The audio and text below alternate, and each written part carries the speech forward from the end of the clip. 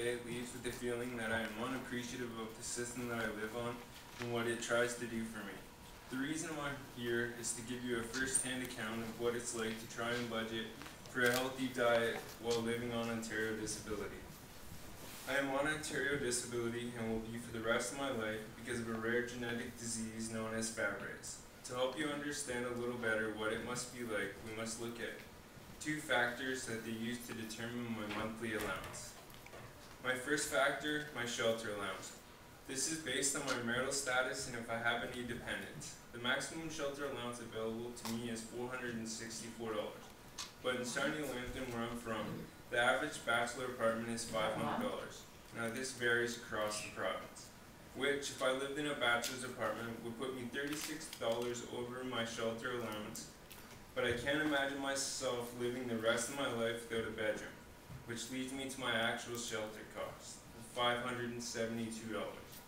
Instead of the $36 I would be over my shelter allowance, the reality is in order to have the dignity of a bedroom, I am actually starting the month $108 under the basic allowance that the Ontario government deems suitable for someone on disability to live for 30 days. I understand it's a choice to spend the extra money on a bedroom. That is when the reality of being on Ontario disability sets in. I have to look at this long term, not month to month. When I think of spending the extra $108 and what it will mean to my food budget, I still can't get past accepting the fact that I would be sleeping and storing my clothes in my living room for the rest of my life. The second factor you must look at is basic needs allowance. I now start off $108 under what is considered to be the minimum amount of money someone would need to get by for 30 days. My basic allowance is intended to cover the cost of food, clothing, and any personal necessities. It is decided on a month-to-month basis. Two other monthly expenses I find avoidable is my phone and cable. Now with my basic allowance, it has went from $470 to $378. This is where my realistic budget would start every month. Now with this $378, I need to purchase food, clothes, and any personal necessities for 30 days. This is just over $10 a day. With that type of breakdown, anyone can see how one can fall behind month to month. I have been on Ontario disability now for 14 years, and over these years I have had times of feeling like it will be okay, and times of feeling like how am I going to do this for the rest of my life.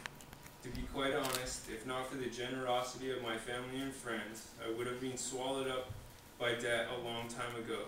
I think it's quite obvious no one can survive off $10 a day, let alone be expected to replace old clothes, and household necessities. I would like to focus for a minute on this table and how hard it is to eat a healthy, balanced diet on Ontario disability. Week 1 is the easiest. My meals are nutritious and consist of all 4 food groups. In week 2, I can see my food supply diminishing, and I am dreading the weeks to follow. By week 4, I am eating Mr. Noodles, Kraft Dinner, and canned pasta, all which hold no significant nutritional value and simply holds me off until my next meal. So what I'm trying to say is I cannot meet my daily recommended number of food guide servings based on the remainder of my basic needs.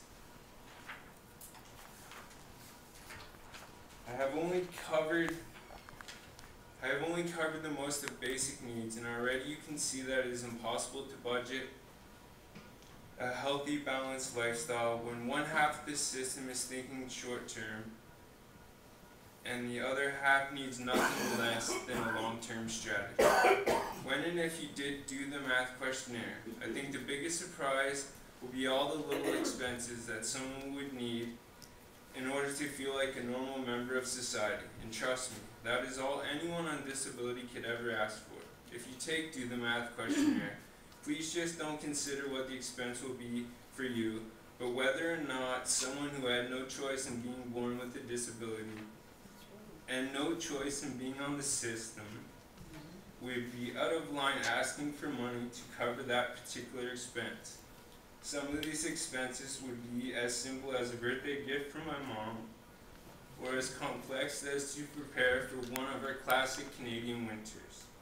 When the 25 and 5 network offered me the chance to share with you my struggles. I had no choice but to try and bring about change. And I think that the 25 and 5 network should be applauded for what they're trying to accomplish and the level of compassion they are trying to bestow upon our province.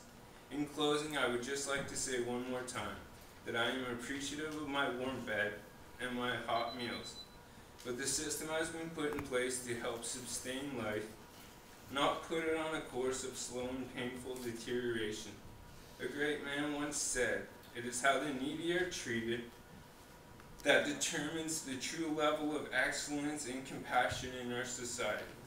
Thank you very much for your time.